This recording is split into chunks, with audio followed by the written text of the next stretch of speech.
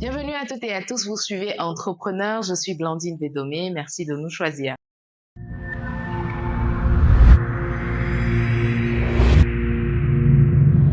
Focus sur le marketing d'influence, nous y sommes pour savoir encore de fond en comble de quoi est-ce qu'il s'agit et comment est-ce que ça peut servir à vous, très chers entrepreneurs. Et pour en parler, nous sommes allés chercher quelqu'un qui s'y connaît parfaitement pour pouvoir répondre à nos différentes questions et sûrement aux inquiétudes ou sinon aux zones d'ombre que vous avez concernant ce domaine-là, marketing d'influence. Et comme je le disais, nous sommes avec un spécialiste en marketing et communication. Il est également responsable en marketing et communication dans une structure de la place ici à Lomé au Togo. Lui, c'est Monsieur Albert Zilevou qui nous fait l'immense honneur de répondre à notre invitation. Bonjour Monsieur Albert. Bonjour. Vous allez bien, j'espère? Ça va bien, merci. Encore une fois, merci d'être là avec nous. Je vous en prie. Allez, pour aller directement dans le sujet qui nous réunit en ce jour, chers entrepreneurs, marketing d'influence. Monsieur Albert Zilevou, on a envie de savoir pourquoi on parle aujourd'hui, ça et là, du marketing d'influence un peu plus. Alors, merci beaucoup. Tout d'abord, je tiens à vous remercier pour cette opportunité que vous me donnez d'expliquer ou bien de parler un peu de notre domaine qu'est le marketing ou bien la communication. Alors, avant de répondre à cette question, pourquoi parle-t-on aujourd'hui du marketing d'influence? Permettez-moi un peu de faire un petit vocabulaire pour faire comprendre vraiment certaines terminologies. Le marketing, tout le monde le sait. Le marketing, on ne va pas définir. On n'est pas devant des étudiants. Par contre, on ne comprend pas le marketing, l'ensemble des actions qui permettraient à l'entreprise de mieux vendre et de mieux adapter l'offre, ses produits et ses services à la demande, c'est-à-dire aux attentes et aux besoins des consommateurs. Effectivement, de plus en plus aujourd'hui, on parle plus de la notion du marketing d'influence. C'est quoi le marketing d'influence? Nous parlons du marketing d'influence, l'ensemble des approches que l'entreprise va utiliser pour, à partir des publications, des personnes appropriées que nous appelons influenceurs. L'ensemble de ces approches définies bien sûr dans une stratégie donnée rentrent déjà dans l'optique du marketing d'influence. Donc c'est ça. Alors, ce qui doit aider l'entreprise à réaliser cette approche du marketing que nous appelons marketing d'influence, c'est communément les personnes que nous appelons communément les influenceurs. Alors, ça va faire un long débat. Qui est influenceur, qui ne l'est pas. Est-ce que déjà, si on a une communauté derrière et on a un fort taux de followers ou de suiveurs, est-ce qu'on peut déjà se dire qu'on est influenceur? C'est pourquoi je dis, on ne va pas rentrer dans ce débat. Mais est-ce que nous voulons également faire comprendre au public et aux téléspectateurs, lorsque nous parlons de influenceur, aujourd'hui, c'est un métier. C'est un profil donné. C'est pas une vocation se lève pour devenir. Parce que lorsque nous parlons du marketing, c'est une stratégie à adopter. La stratégie, c'est les stratèges qui adoptent cette stratégie. Et il faut que les personnes ayant une communauté doivent avoir un profil vraiment d'influenceur. On pourra être influenceur. Le type d'influenceur qui intéresserait plus l'entreprise, c'est la personne qui va aider l'entreprise à promouvoir ses produits. À faire premièrement connaître ses produits, augmenter sa notoriété, promouvoir et vendre. Donc, ce qui veut dire que les trois objectifs sont réunis. Le cognitif, l'affectif et puis le conatif. Je crois qu'on va dire le marketing d'influence coûterait moins cher par rapport au coût à mettre dans le déploiement des autres supports de communication, les supports traditionnels, les masses médias et autres. Également, lorsque nous revenons sur le marketing d'influence, on ne peut pas se dire qu'on a besoin d'une communauté que sur le TikTok. On n'a pas besoin d'une communauté sur, par exemple, le WhatsApp ou bien sur Facebook. Ça dépend aussi, ça dépendra de la stratégie, le type de produit que nous voulons promouvoir ou que nous voulons mettre en avant. Est-ce que la cible, elle est sur tel réseau ou tel autre? Alors, si nous revenons vers là, nous commercialisons un produit une entreprise, est-ce que l'entreprise va utiliser seulement que le marketing d'influence comme étant son approche? Moi, je dis non. Okay. Mais plutôt pour donner plus de portée. Et même si ce n'est qu'un seul individu, il faut matraquer. Dans la stratégie, il faut un peu du matraquage. Cela ferait que l'individu n'a pas encore pris sa décision. L'individu a vu un événement, bien un post sur une publication sur un réseau social. L'individu ira encore sur un autre réseau. L'individu n'a pas encore pris sa décision. Cela va l'aider encore sur l'autre réseau. C'est de la même manière l'effet que joueraient les autres supports traditionnels en plus du marketing d'influence. Raison pour laquelle moi je dis Dada, on ne peut pas se passer, ou bien on ne peut pas se passer des supports traditionnels. Les deux combinés feront de sorte que l'entreprise va toucher plus l'individu ou va l'aider, orienter l'individu dans son parcours client.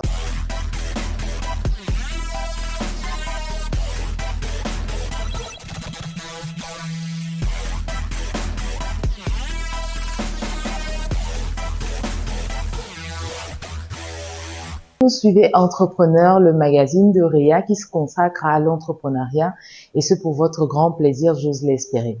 Alors aujourd'hui, nous nous intéressons au business de la cosmétique Made in Togo.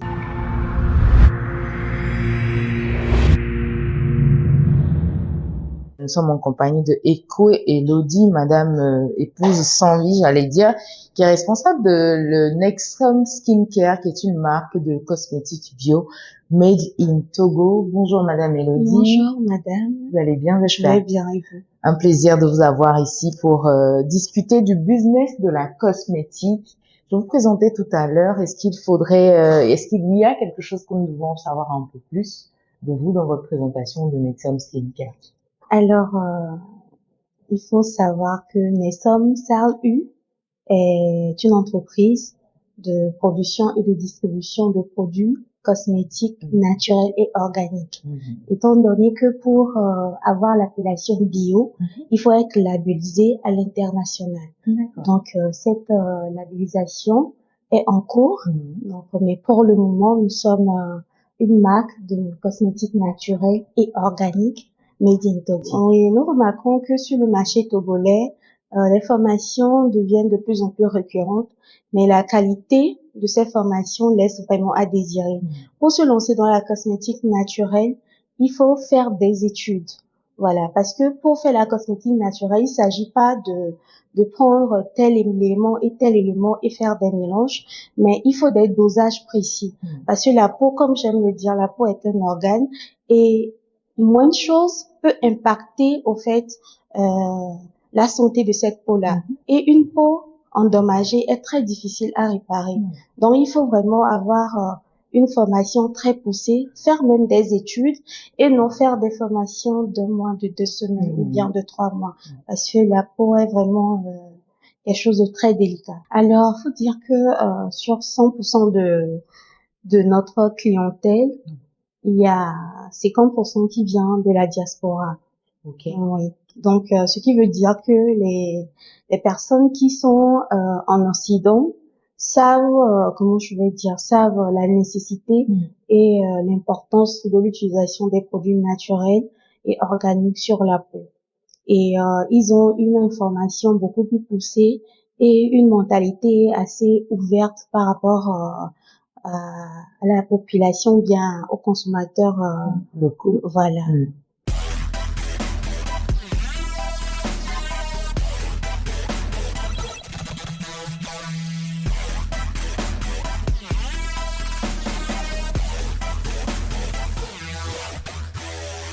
De plus en plus, à Lomé, la capitale togolaise, les services de livraison sont sollicités et on les voit pousser ça et là. Les entreprises dans ce secteur se créent de plus en plus. Qu'est-ce qui explique, qu'est-ce qui donc les motive à aller vers ce secteur de business? C'est la question que nous nous posons aujourd'hui au travers du thème « La floraison du business de la livraison à Lomé au Togo ». Et pour en parler avec vous, chers téléspectateurs, nous aurons ici en plateau de différents profils. Un premier qui viendra nous expliquer, sinon nous dire son expérience au sein de ce business de la livraison. On recevra donc Alain Dossa, qui est premier responsable d'une structure de livraison Speed on aura l'occasion de partager son expérience avec lui.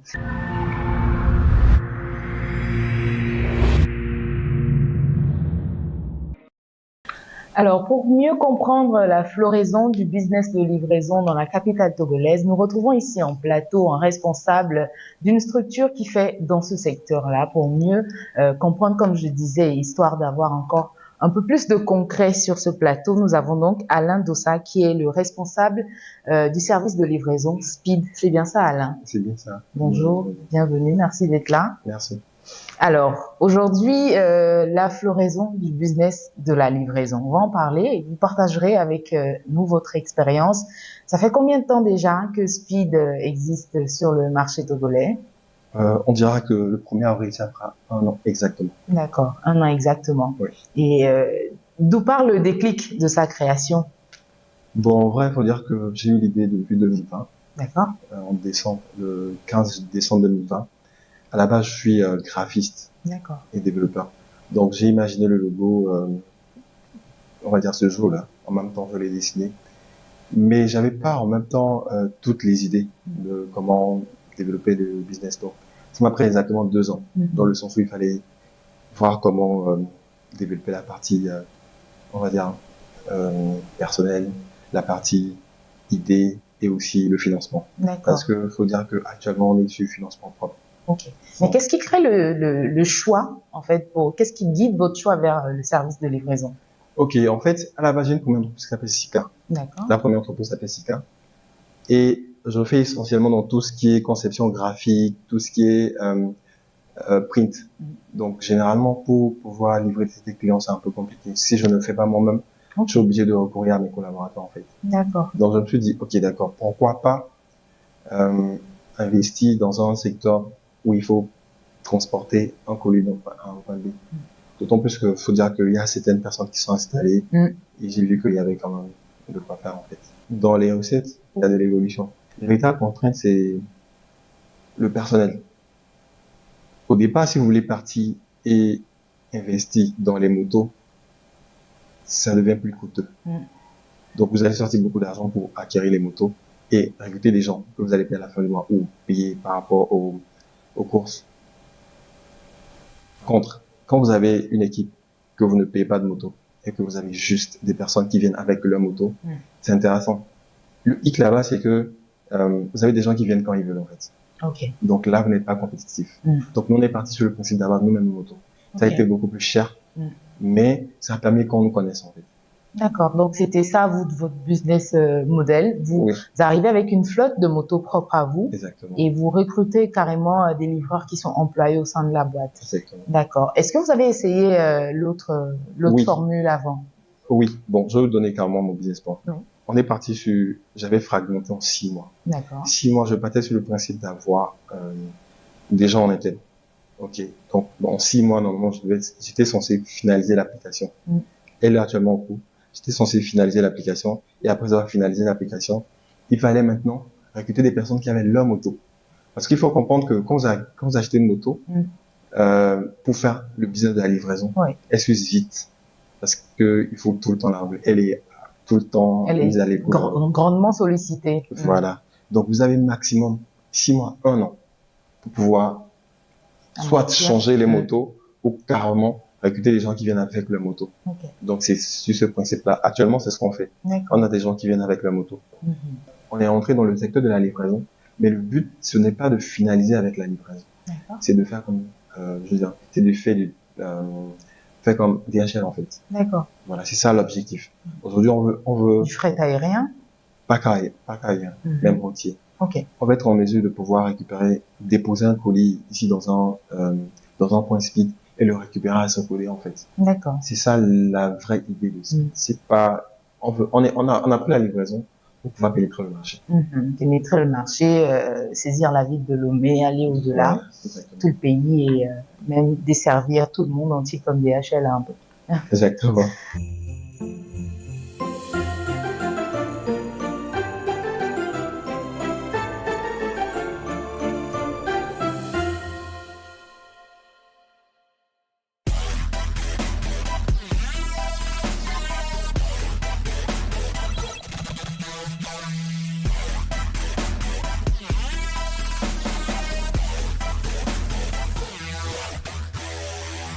Il est essentiel d'avoir une bonne stratégie de croissance pour assurer la pérennité d'une entreprise et pourquoi pas avoir de nouvelles opportunités. Stratégie de croissance est le thème qui nous réunit ce soir et pour en parler, je suis accompagnée de quelqu'un qui s'y connaît. Il s'agit bien sûr de monsieur Nathanaël Apedinou, entrepreneur.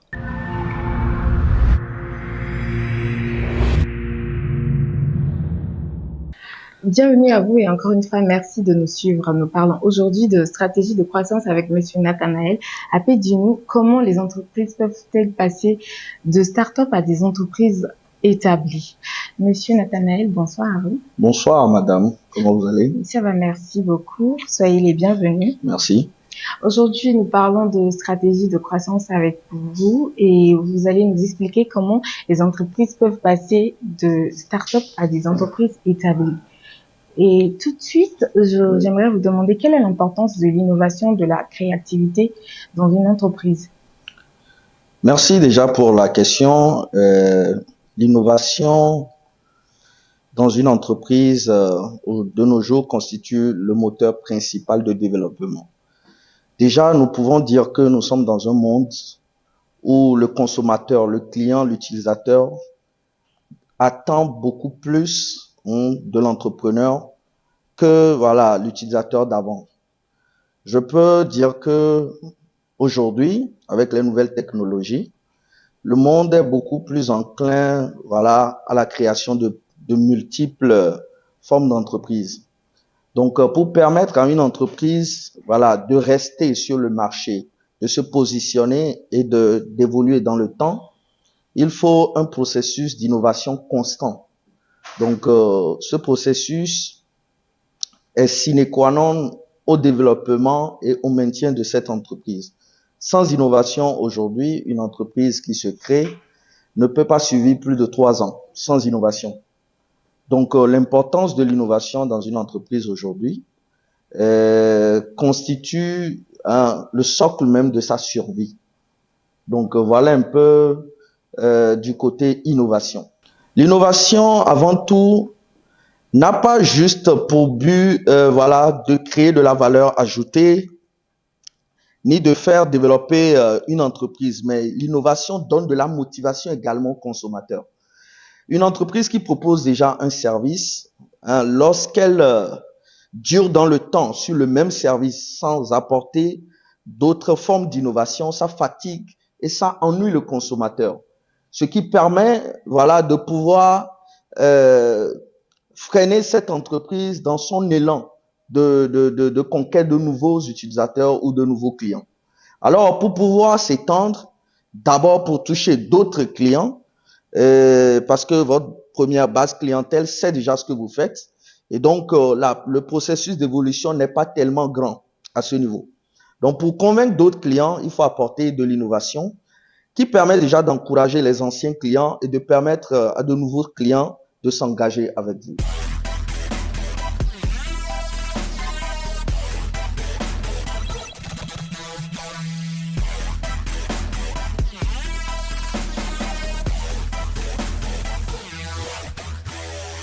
Merci à vous de nous suivre.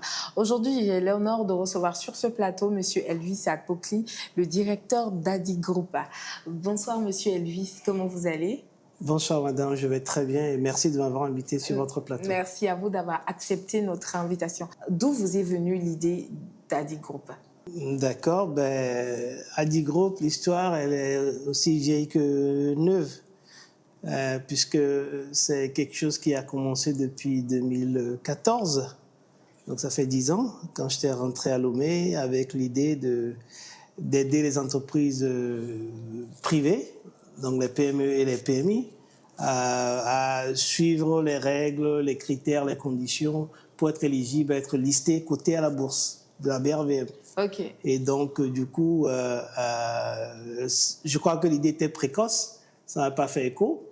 Et donc, du coup, j'étais reparti et 10 ans après, me revoilà avec un plan un peu plus structuré sur le besoin précis et présent des entreprises qui est vraiment l'accès au financement. D'accord, 10 ans après.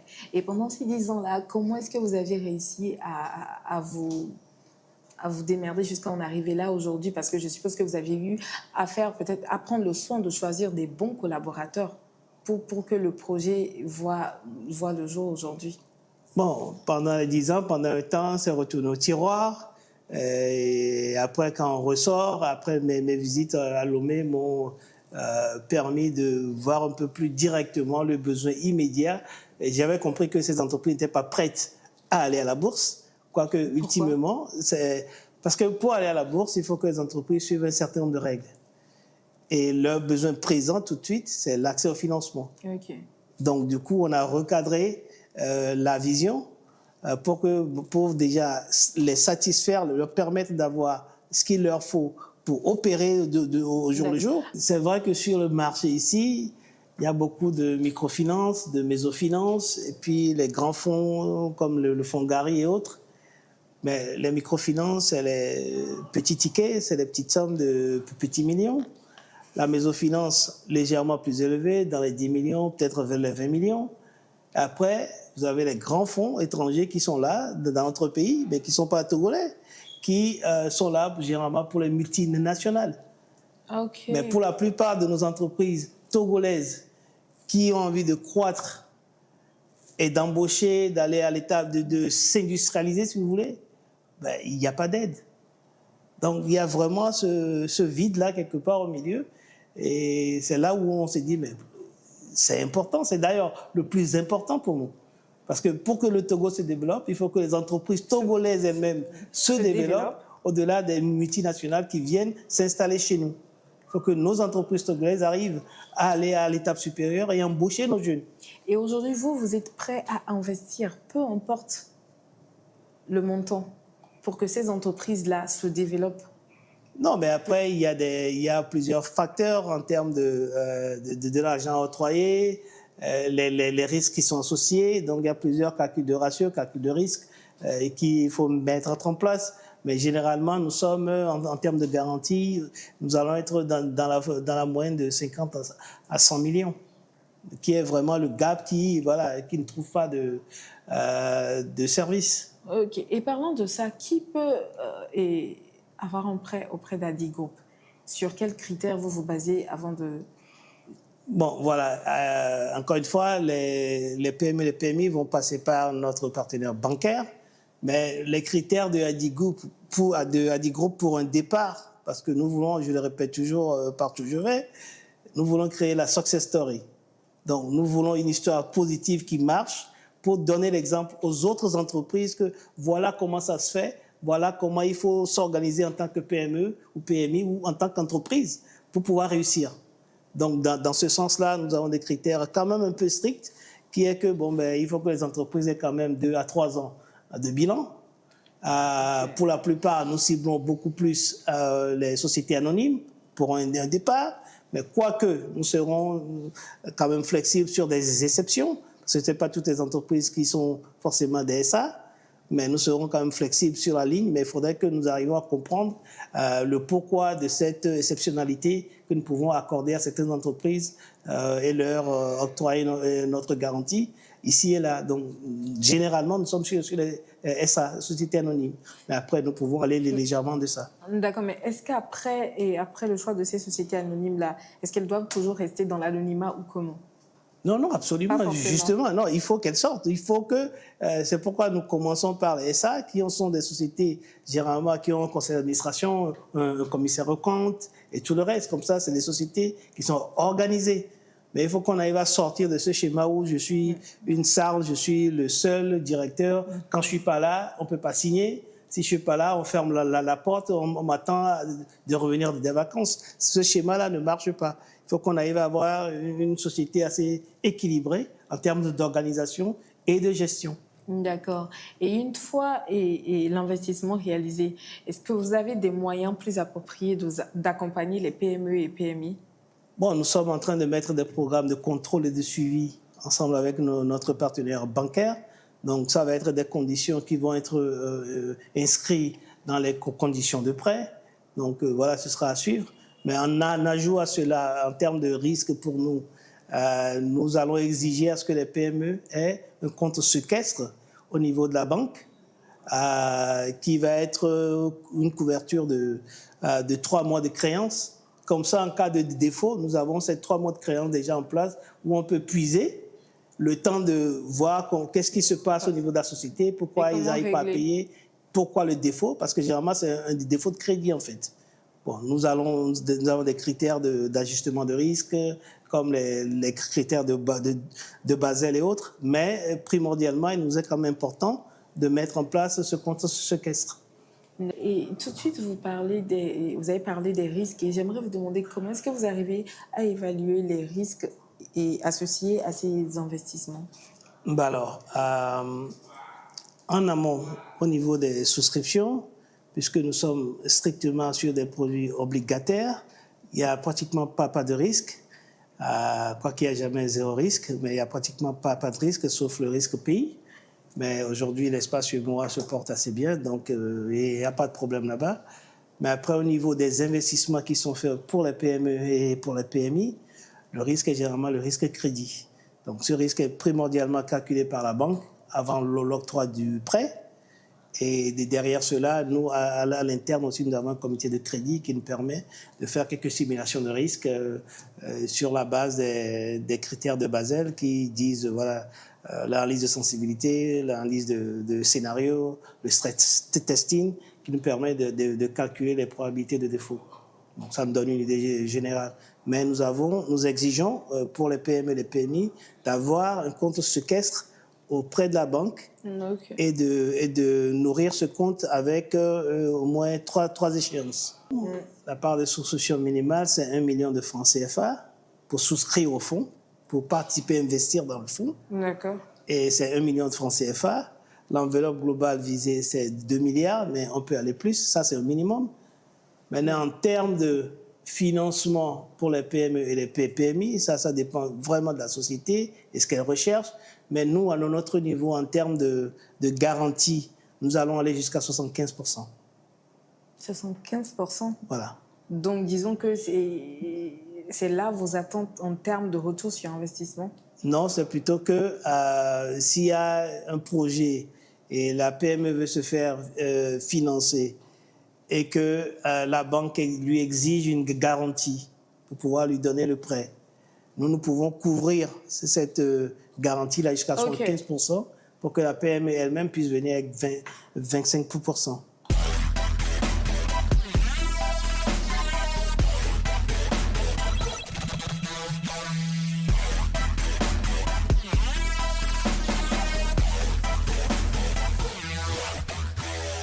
L'importance du consommer local est le thème qui nous réunit ce soir.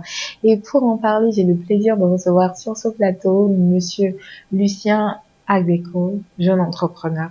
Pour parler, c'est de connaître l'origine de ce produit, ou bien l'origine, ce n'est même pas de le produit, mais des facteurs de production, on appelle ça les inputs, c'est avec quoi on a produit tout ce qui sont rentrés dans la production. Dans la fabrication. C'est ça on appelle. En bref, connaître les ingrédients. Les ingrédients. Si dans le domaine de cuisine et tout, il parle d'ingrédients. Donc, si on va parler, c'est les facteurs de production. Lorsqu'on connaît, la première des choses, c'est de connaître l'origine des facteurs de production. Et la deuxième des choses, c'est de savoir ces facteurs de production en termes de pourcentage. Combien sont achetés localement? Et si ça n'atteint pas 50%, ce produit ne peut pas être appelé un produit local. Oui, il y a tellement d'avantages environnementaux. Et je vais commencer premièrement. Lorsqu'on dit importer, ça veut dire que ça fait des trajets. On a utilisé des transports. Pour faire transporter quelque chose, il y a l'utilisation de l'énergie. Aujourd'hui, nous parlons de crise énergétique. Lorsque c'est localement produit, ça veut dire que les inputs, c'est-à-dire les facteurs de production, sont ici, achetés ici. Ça demande moins d'utilisation d'énergie. Lorsqu'on n'utilise pas, on fait l'économie de l'énergie. Tu vois, on travaille pour la préservation. C'est un avantage environnemental de consommer moins d'énergie. Et aussi, lorsque nous soutenons la production et la consommation locale, nous poussons parce que vous savez que notre production est beaucoup plus naturelle. Donc, nous encourageons surtout les agriculteurs et ceux de l'artisanat à produire naturellement pour préserver la planète en n'utilisant pas des produits chimiques qui détruisent la planète. Donc, tu vois, il y a beaucoup d'avantages. C'est lorsque nous sommes en train de... Parce que là-bas, quand on amène des produits qui sont, entre parenthèses, faits à base des produits chimiques, quand on utilise les résidus, rentrent dans nos sols et ça pollue l'environnement. Alors que ce n'est pas produit, si vous voyez. Donc, c'est très avantageux quand même de pouvoir faire, de soutenir, bien encourager la production et la consommation locale. Pas des producteurs locaux, il y a tellement de défis, mais à part tout ce qui est technique, il y a ce défi, le manque de financement, le manque de moyens financiers aussi est toujours là parce que le producteur local n'a pas tous les équipements possibles pour pouvoir faire une production de masse. La production de masse, c'est des produits d'une manière mécanique. Tu peux produire grand, par exemple, tu un artisan qui utilise la main pour pouvoir faire les choses. Quand on lui commande 10, on lui dit de livrer dans 10 minutes, il ne peut pas le faire. Donc, il a besoin des machines pour quand même faire une production de masse, une production à échelle. Parce que la consommation, lorsque la consommation évolue, il faut aussi augmenter ta production. Agrandir. Il faut agrandir la production. Donc, premièrement, c'est sur le manque de financement et aussi, après le financement, il y a aussi, j'ai déjà parlé de l'aspect technique, les équipements adéquats. On n'a pas les équipements adéquats pour pouvoir faire les productions. Par exemple, aujourd'hui, au champ, on est dans l'obligation d'aller sarcler avec tabac, coco et roux, alors que de l'autre côté, ils ont des petits équipements quand même. Parce que aussi, ce n'est pas tous les équipements aussi qu'il faut utiliser, hein, parce que à chaque niveau, avec l'équipement, il y a des équipements que tu peux utiliser aussi qui peuvent dégrader, par exemple, le sol. Donc, on n'a pas ces moyens. C'est pour cela, c'est très important quand même que de soutenir les producteurs locaux, de les acheter. Au moins, lorsqu'on achète, ça permet à ces entreprises de grandir. Lorsque nous achetons des produits locaux, ces entreprises, les petites entreprises vont grandir et vont devenir des grandes entreprises. Et il faut aussi quand même que nous essayions de pouvoir encourager et à soutenir les producteurs locaux. C'est très important aussi parce que c'est eux qui vont faire que notre économie puisse aller à l'échelle élevée.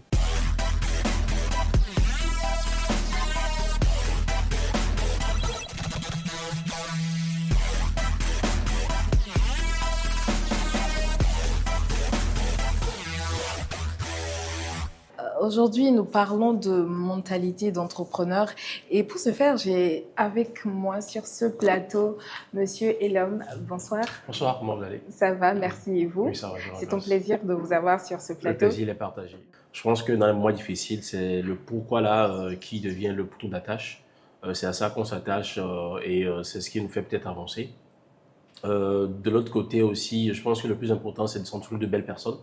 Les personnes qui ont saisi la vision et qui travaillent avec vous pour atteindre la vision. Donc, dans les mois difficiles, des fois, c'est ces personnes-là en fait, qui servent de motivation pour vous, pour pouvoir continuer la bataille. Je vais encore parler du pourquoi, parce que je vais donner un exemple tout simple. Aujourd'hui, j'ai tout à l'heure parlé de CEDUGENI, qui est la compétition interuniversité de culture générale que nous organisons. C'est quelque chose qui est né c'est un projet qui est né il y a quelques années, il y a plusieurs jeunes, dont moi-même en premier. Nous sommes des passionnés de la culture générale, tout simplement. D'accord ? Nous sommes de grands passionnés de la culture générale. Nous avons été bercés par l'émission Question pour les champions et ensuite par l'émission Les concurrents qui se faisait à l'époque. Hein. Donc, quand on a décidé de se lancer dans ce projet, la première année, ça a été hyper difficile. Ça devait se faire en 2019. Ça n'a pas eu lieu en 2019. Il a fallu attendre 3 ans plus tard, en 2022, avant de lancer le projet, par exemple. Mais ce qui nous a permis de continuer par y croire, c'est parce qu'au prime abord, on avait un pourquoi. Le pourquoi, c'était qu'on voulait vraiment raviver la flamme de la culture générale au Togo. Ça, c'était notre pourquoi. Et donc, c'est ce à quoi on s'est accroché. C'est ce qui nous donnait envie tous les jours de se battre pour le projet, quoi. Donc, oui, je pense que le plus important pour un entrepreneur, c'est vraiment le pourquoi. C'est d'avoir une raison intrinsèque qui vous amène à débuter le projet. Et c'est ce à quoi vous vous accrochez tout au long de votre carrière entrepreneuriale. D'accord. Vous avez commencé jeune. Je peux dire que c'est le pourquoi vous avez eu à accomplir aussi de grandes choses. Est-ce que vous pouvez aujourd'hui conseiller à vos petits frères qui, eux aussi, veulent peut-être commencer aussi tôt que vous dans l'entrepreneuriat? Alors, je suis de ceux qui pensent que l'entrepreneuriat est une vocation, sincèrement, et qu'on ne peut pas tous être entrepreneur. Ça, sincèrement, je le dis, je le redis tout le temps. Après, si la personne a la conviction que voilà, ça fait partie de sa vocation, je l'y encourage. Plus vous commencez tôt, plus vous avez la capacité et la possibilité surtout de faire beaucoup d'erreurs, d'apprendre et de grandir. Donc, si c'est une vocation que vous en êtes sûr, allez-y. Et comment savoir que c'est une vocation? Alors, je pense qu'il faut tester les deux. Moi, j'ai été employé, d'accord? J'ai été employé pas une fois, pas deux fois. Après, j'ai tout de suite compris que être employé, c'était pas fait pour moi, ok? J'ai tout de suite compris que il fallait pour moi entreprendre. Après, je pense que tout entrepreneur également doit tout de même être employé. Ça vous permet déjà de vous acquérir des réalités de la vie professionnelle, avant de rentrer dans la vie entrepreneuriale. Donc après, le jour où vous vous rendez compte vraiment que voilà, pour vous, c'est pas forcément l'employabilité, mais c'est beaucoup plus l'entrepreneuriat, alors là, vous avez trouvé votre chemin et vous y en serez. D'accord. On sait qu'un entrepreneur doit être créatif, smart. Et quelle pratique ou routine peut aider un entrepreneur à être autant créatif pour ne pas peut-être rester sur... Si par exemple j'ai un entrepreneur devant moi qui fabrique des ampoules, pour ne pas rester sur le même modèle d'ampoule, comment est-ce que vous pouvez... quel conseil donnerez-vous à cet entrepreneur-là? Alors, le premier conseil, c'est de changer constamment d'environnement. C'est de voir ce qui se fait ailleurs. C'est hyper important. Je donne un exemple tout simple. Moi, je me rappelle la première fois pour moi de me rendre dans un pays anglophone. C'est le jour où je me suis rendu compte qu'on n'utilisait pas les mêmes prises en fait. Quand vous quittez un pays francophone, ce n'est pas le même modèle de prise qui s'utilise par exemple dans un pays anglophone tout simplement. D'accord? Donc je pense que plus vous changez d'environnement, plus vous vous rendez compte qu'il y a des choses qui se font autrement ailleurs. Et que voilà, pour atteindre un résultat, il y a plusieurs chemins qui mènent à Rome, comme on le dit. Donc plus vous changez d'environnement, plus vous fréquentez de nouvelles personnes, plus vous voyez de nouvelles manières de faire des choses. Est-ce que dans le changement d'environnement, cette personne-là ne serait pas peut-être dans l'obligation de faire du copier-coller? Non, pas forcément. Du copier-coller. Le plus important, c'est que cela vous inspire des choses. Moi, j'ai eu à travailler avec un monsieur qui, par exemple, chaque jour, ou je vais dire chaque semaine, il changeait l'emplacement de ses meubles au bureau. Oui, tout simplement. C'est du gaspillage d'argent? Non, quand je dis changer, c'est pas qu'il change, qu'il rénovait, non, il changeait l'emplacement. L'emplacement. Voilà. D'accord, il déplaçait les meubles. Oui, pour lui, c'était pour lui en fait une façon de changer d'environnement. Pour lui, c'était pas monotone. Parce qu'un entrepreneur qui est monotone, c'est un entrepreneur qui ne peut pas être créatif, d'accord? Donc il faut sortir de la monotonie et comme je l'ai dit, le changement d'environnement, c'est quelque chose qui avantage beaucoup, c'est quelque chose qui vous fait apprendre. Vous découvrez de nouvelles mentalités, de nouvelles façons de faire des choses. Et après, c'est à vous de voir qu'est-ce que vous prenez dedans, que vous ajoutez à ce que vous faisiez déjà. Et c'est ça qui devient peut-être une innovation. D'accord. Et à part ça, est-ce qu'il y aurait autre chose? L'autre chose aussi, c'est de travailler avec des profils différents. D'accord? C'est de travailler avec des profils différents. C'est vrai qu'aujourd'hui, surtout sur le marché francophone, on met l'accent particulier sur tout ce qui est diplôme, etc. Mais parfois, vous allez découvrir des gens qui n'ont pas forcément des diplômes dans un secteur d'activité, mais qui sont assez créatifs et qui proposent de très belles choses. Donc, travailler avec des profils différents aussi, c'est quelque chose qui vous amène à être créatif. Ça vous fait voir, vous allez très vite constater que quelqu'un qui a fait des études dans un secteur d'activité et quelqu'un qui a appris sur le tas, il ne fonctionne pas de la même manière. Il travaille de façon différente, c'est pas le même process. Donc, c'est aussi quelque chose qui vous amène à être beaucoup plus créatif.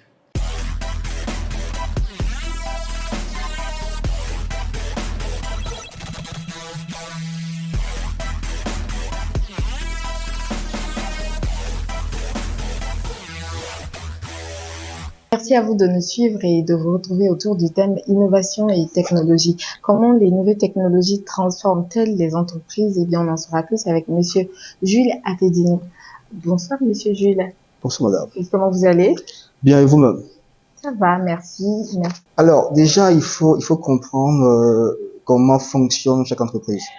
Les entreprises aujourd'hui sans mon par exemple, tout est, en fait, nous sommes à l'ère du digital, à l'ère, voilà, du numérique, où forcément il faut de l'innovation, voilà, dans chaque entreprise. Et il faut que, voilà, pour être plus compétitif sur le marché, il faudrait vraiment que on sente, voilà, une plus-value dans les services que, voilà, les entreprises apportent. Alors, dire que cela facilite la vie, bon, moi, je dirais pas comme ça, parce que je dirais plutôt, voilà, ça permet, un temps soit peu, d'apporter une plus-value. Parce qu'aujourd'hui, par exemple, avant, les gens étaient obligés de voyager avec de grosses sommes d'argent pour aller peut-être, pas moi, commander, voilà, du matériel. Aujourd'hui, par exemple, avec les moyens de paiement en ligne, rapidement, tu peux charger ta carte et payer. Chose qui avant était un peu, voilà, réservée à une certaine classe de personnes, en fait, à une certaine élite. Aujourd'hui, facilement, tu peux le faire. Et dans les entreprises aujourd'hui, il y a plusieurs moyens qui permettent de pouvoir rapidement optimiser sur le travail. Donc, je ne dirais pas faciliter, mais plutôt, voilà, rendre de façon plus optimale les services que proposent, voilà, les entreprises. Aujourd'hui, le monde tend à devenir digital. Donc, le monde digital, et ça s'amplifie. D'ici, c'est pas 5 à 10 ans, beaucoup de solutions, voilà, seront purement digitales. Donc, il faut qu'il y ait une réelle sécurité. Sinon, malheureusement, dans un milieu, on innove, ça crée en même temps, voilà, des personnes mal intentionneuses qui vont venir, voilà, pour créer, voilà, des troubles, malheureusement. Ainsi va la vie, en fait, quoi. Donc, forcément, il faut que, il y ait une réelle, voilà, préparation, mais une réelle, planification, voilà, de la sécurité, de tout ce qui est système, voilà, de digital au sein de l'entreprise, pour éviter des intrusions, en fait.